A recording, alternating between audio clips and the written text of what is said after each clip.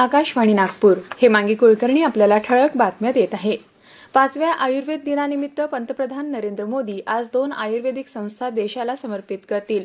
आयुर्वेद शिक्षण आणि संशोधन संस्था जामनगर आणि राष्ट्रीय आयुर्वेद संस्थान जयपूर या त्या 2 संस्था आहेत. जामनगर इथल्या आयुर्वेद शिक्षण आणि संशोधन संस्था नुकतीच संसदेच्या कायद्याद्वारे स्थापन केली गेली आहे. पंतप्रधान नरेंद्र मोदी यांनी आसियान हे भारताच्या ॲक्ट ईस्ट धोरणाचं मूळ केंद्र असल्याचं म्हटलं आहे.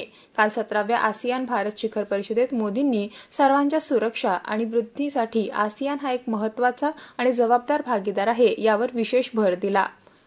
मिठाई तसंच अन्य खाद्यपदार्थांवर ते बनवण्याची आणि वापरण्यायोग्य असण्यापर्यंतची तारीख असणं बंधनकारक असून यावर अन्न आणि औषध प्रशासन विभाग बारकाईनं लक्ष ठेवून आहे, असं या खात्याचे मंत्री डॉ. राजेंद्र शिंगणे यांनी सांगितलं. दिवाळीच्या काळात जनतेला सकस आणि चांगलं अन्न मिळालं पाहिजे याकडे पूर्णपणे लक्ष देण्यात येत असल्याचं ते म्हणाले. राज्यपाल भगतसिंह कोश्यारी यांनी राज्यातल्या सर्व नागरिकांना दीपावलीनिमित्त शुभेच्छा दिल्या आहे. कोरोना विषाणू संसर्गाचं गंभीर आव्हान अद्याप पूर्णपणे संपलेलं नसल्यामुळे यावर्षी दिवाळी सुरक्षित, पर्यावरणयुक्त आणि प्रदूषणमुक्त वातावरणात साजरी करावी असं आवाहन राज्यपालांनी यानिमित्त दिलेल्या संदेशाद्वारे केलं आहे. केंद्रीय मंत्री नितीन गडकरी यांनीही दिवाळीच्या शुभेच्छा दिल्या आहे. धनत्रयोदशी आज साजरी होते आहे. या दिवशी धन्वंतरीची आणि लक्ष्मीची पूजा केली जाते. व्यापारी वर्गात या दिवसाला विशेष महत्त्व आहे. वंदे भारत मिशन अंतर्गत एकूण 23,41,000 भारतीयांना विविध देशातून स्वदेशी आणण्यात आलं आहे.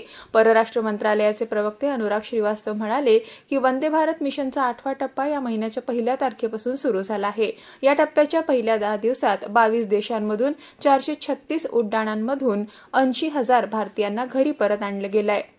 राज्यात कोरोनाचा प्रादुर्भाव जरी कमी होत असला तरी येणाऱ्या जानेवारी-फेब्रुवारी महिन्यात कोरोनाची दुसरी लाट येण्याची शक्यता असल्याचं मत महाराष्ट्र शासनाच्या आरोग्य विभागाच्या संचालक डॉ. अर्चना पाटील यांनी व्यक्त केलं. या संदर्भात पाटील यांनी राज्यातील सगळ्या वैद्यकीय अधिकारी आणि सरकारी रुग्णालयांना पत्र लिहिलं आहे. हात स्वच्छ धुणे, मास्क वापरणे आणि सामाजिक अंतर राखणे या त्रिसूत्रीचा अवलंब करा आणि सुरक्षित रहा.